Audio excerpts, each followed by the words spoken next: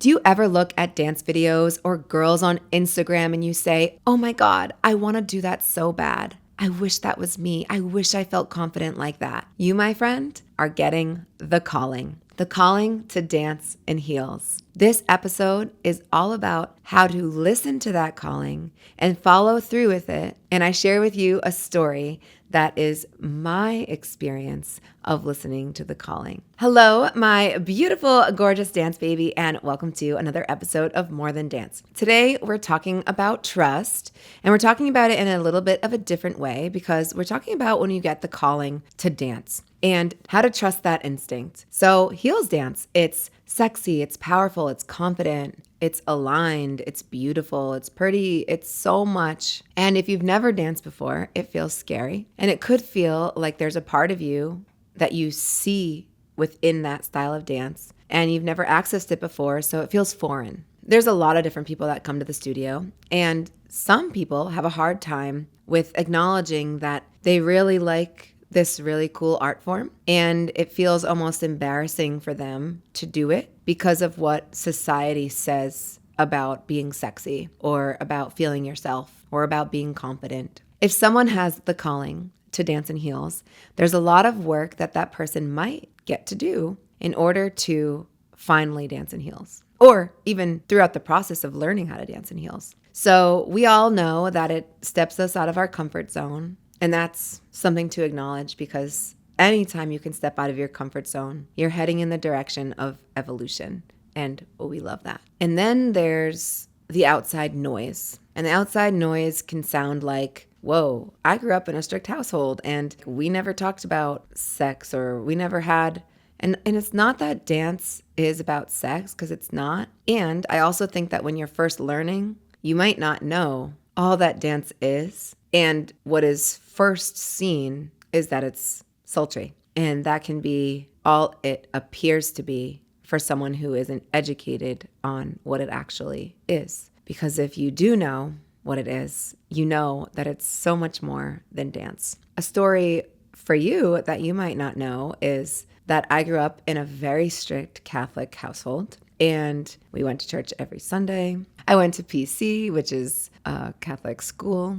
And I went to CCD and I got my confirmation. And there was a lot of righteousness that came from that. It's like having morals and having values, but then it's like not eating meat. Like, what?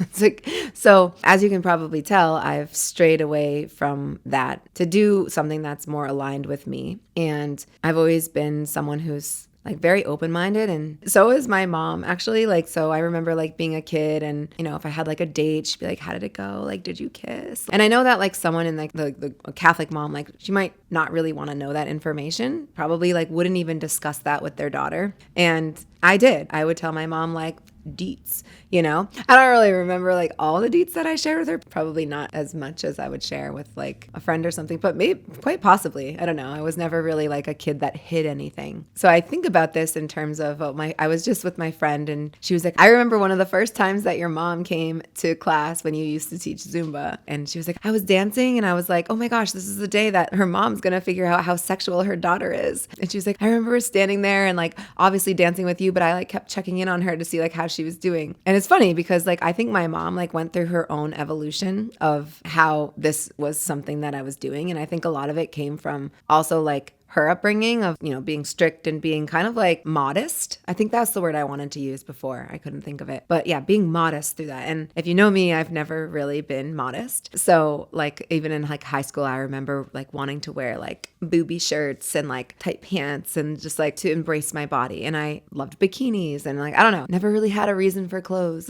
No, I'm just kidding. I just always like to just be free. When I opened up my studio, I taught children and I taught a lot of fitness classes. And then I had that side of me that was just like, I want to teach chair and I want to be in heels. And again, if we remember this, I mean, we're rewinding a lot. We're going back to 2011. That's before heels was a thing. That's before we even had any heels classes. So here I am just wanting to dance in heels because I wanted to, not because I saw it somewhere. And so I started kind of like bringing people in and dancing with heels. And it was really kind of like a nurturing process because it was like, yeah, we're going to do fitness first, then we're going to put on heels. I had to make it a way to get people in there because it was so intimidating and so scary. And my clients at the time were very fitness oriented. They wanted a good workout. I can give a good workout and we can put heels on. So it started off with chair. I called it chair fitness back then. And it was every Friday night. And I remember going into restaurants randomly on that day with flyers and being like, hey, come to class. And I built that class, guerrilla marketing, and it was exciting and it was fun. And then I was like, you know what? My body wants more. I want more of this. That's when I started the twerk shop. I was like, how cool would it be if we just shook our bum? We always did anyway, so we might as well do it. And a lot of people didn't know how to do it. And I knew obviously how to. I think it was then because I was very young then. I started my studio at a very, very young age. I was still developing, as a woman and understanding my own love for the sensual movement. So I was bringing them along the journey with me and teaching them. And I actually have this memory of twerking. Oh my gosh. So one of my students, she and I, after class, I was like, watch my butt. Is it doing it? She was like, oh yeah, it's doing it. And we stood there laughing. And I was like, what about this? Because when you're looking at your bum, only someone else can truly look at it for you. Unless you have one of those mirrors that's in front of you and in back of you, it's really hard to see all the details. And that was BJ before Josh. So I guess I could have set up my digital camera. So it was really funny. I remember saying we're going to have a twerk shop and people came and it was exciting and it was really fun. And then had my whole knee surgeries and stuff. So I gave it a little bit of a break just to heal because twerking is not knee heavy, but it's quad heavy. And you get to know a lot about your knees when you start twerking, especially when you go on your knees. So I was doing that and it was really fun. And I loved it. And I really wanted for everyone to experience what I was experiencing, which was freedom through movement, freedom through dance, laughs and having fun. I mean, at the end of the day, it's just so fun. It's the way I used to feel about roller coasters when I was a kid. It's going on a ride like that. Or if you don't like roller coasters, it's going for a fun drive with the windows down, with cool songs. And it's summer almost. Or whatever you enjoy, watching an amazing sunset. It's just pure bliss to be on the dance floor. So, I'm kind of recognizing oh, okay, look, people are wanting to do this too. This is really fun. People love dance. People love movement and they love learning. People would always tell me oh, I want to be sensual like you. I want to do that and I don't know how. I don't know how to access it. And I always like to blame things on the Puritans. So I truly feel it was the Puritans that ruined this for us because we are sensual creatures. A heightened person is in tune with our sense of self and our awareness and our sensuality. And if you understand what that is, then you can execute it through movement. And there's always a block for someone who isn't able to do this when they first start heels dance. And that block is, again, the whispers, the noise inside from either their parents, CCD, or their friends, or their husband, or someone who thinks it's different than it is. So what this is, I think back to this girl who had first started with the studio. Maybe this was 6 years ago. And she was so excited, so enthusiastic. Oh my gosh, the way that she started was with so much joy and so much excitement. After a few of her classes, she was just this is what I wanted. This was everything that I was craving. She was coming every day and it was probably for about a week and a half, maybe 2 weeks. And then all of a sudden she messaged me and she said, I'm heartbroken. I'm not able to come anymore. My husband is not allowing me to dance. And so what I said to her was, okay, and to think about how you can incorporate what it is that you are receiving here in your regular life. And we all know right now, just talking about this, how wrong that is.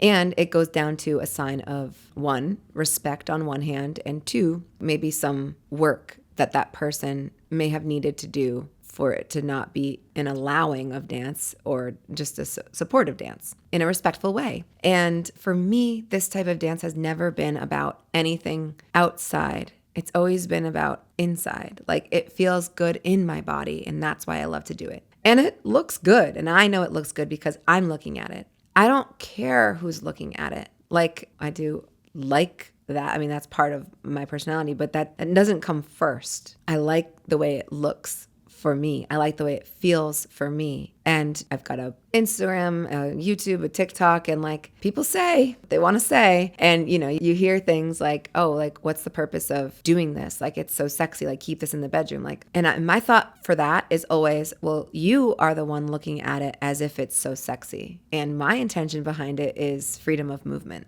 So there's always been this disconnect that I've noticed within this type of dance. And I even think back to, that situation I just told you, like, yeah, that person is not allowing the dance to happen because of jealousy or the way that it feels for them. And that's like work that they haven't done in terms of their own sexuality or even like an understanding between a partnership. Like Josh and I mean, he met me as a dancer. So there's no question, like when I do a movement or whatever, he's not thinking like I'm trying to attract another person. It's just part of the movement. It's never really been about that ever. So that's one angle. The other angle is like if you were ever like me, you grew up in like a very like strict Catholic household, then you would also feel like, well, what I'm doing is wrong because that's what they teach you, that anything sexual is wrong until you're married.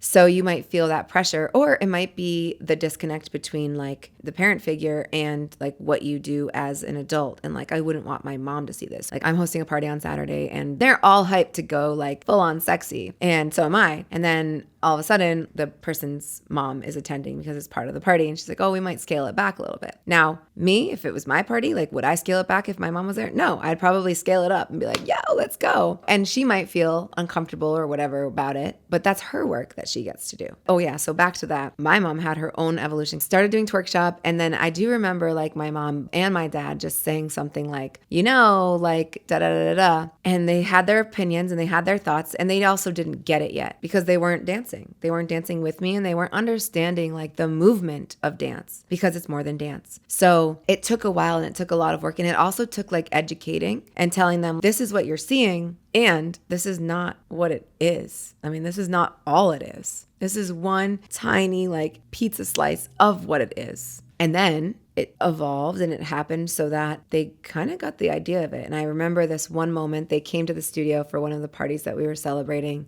and they heard everything that the girls were saying, everything that they were saying about how dance changed their life, how dance helped them feel confident. And it was like a very like tearful, joyful moment. And they witnessed all of it and they're like, whoa, okay, it is so much more than dance. And I don't know if it was that moment that it kind of clicked for them or if it was another moment prior to that it truly clicked. And ever since that, I've kind of felt like they never give me any crap about what I do because now they know the purpose of it and the meaning of it and how powerful the movement of heels is. And so I know that when someone's first starting out and they have this circle of friends that might embody some of the traits that maybe my parents did or maybe that husband did, it can be kind of embarrassing and scary to shout from the rooftops, I'm dancing heels, because there's questions and those questions of uncertainty come out in a mean way, not in a supportive way. It's like, why do you want to do that? Not, that's cool that you're finding a new hobby. I'm curious like what you love about it. That would be supportive. But the way that people are with their friends is like transparent. And sometimes that transparency, when someone is really sensitive about something already, they don't need the tough love friend. They need the gentle, caring, like, you're already doing the hard thing. You're already stepping out of your comfort zone and coming to a heels class. That's already scary. You don't need your friends' words inside your head saying, oh, but why do you want to do that? You need the support of, that's so cool. I admire you so much for stepping out of your comfort zone like that. What is it about heels that is intriguing you? I'm curious. And how much more exciting that is to open up that door of, let me tell you. I just love how powerful and confident the girls look. And it seems like everyone is so proud of their bodies. And I really want that for myself. How cool would it be if that friend then said, wow, that's really cool that you're doing that. I personally, I'm not ready for that yet. Though, if I ever am, I'd love to take a class with you.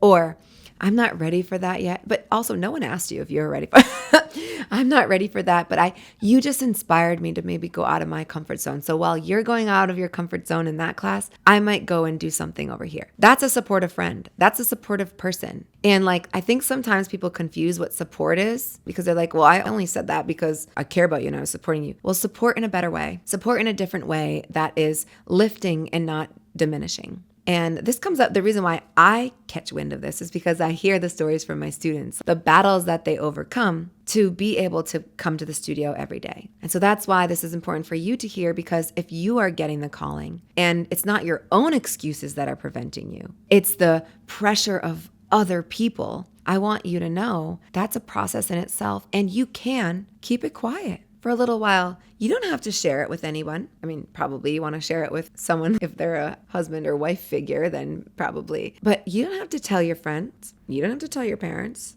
You don't have to tell your sister. You don't have to tell your brother. No one needs to know except for you and the teacher. And when you're ready, you can share it as you feel ready. And it's smart to do that because what you don't want is some outside force ruining and taking away what is truly meant for you. Because if you are getting the calling to dance in heels, then the world is waiting for you to step into that person. Because when you start dancing in heels, you become a better version of yourself. And a lot of things become enlightened. And I wouldn't be surprised if some of your friends do drop off because they are not supportive. And you make better friends and people that are supporting the person and the version of yourself that you are becoming. So when you're thinking about, ooh, I really want to dance and I really, really want to be confident, that's the calling for you to step on the dance floor and become her. The world is waiting. And it's up to you to cancel out the noise, put on the Bose noise cancellation headphones and turn it all out and turn into you and do what you're meant to do, which is dance. So if this was helpful for you, it would mean the world to me if you shared this with a friend or on your Instagram, as sharing this dance podcast is helping someone else on their dance journey. Thank you so much, and I'll see you on the dance floor.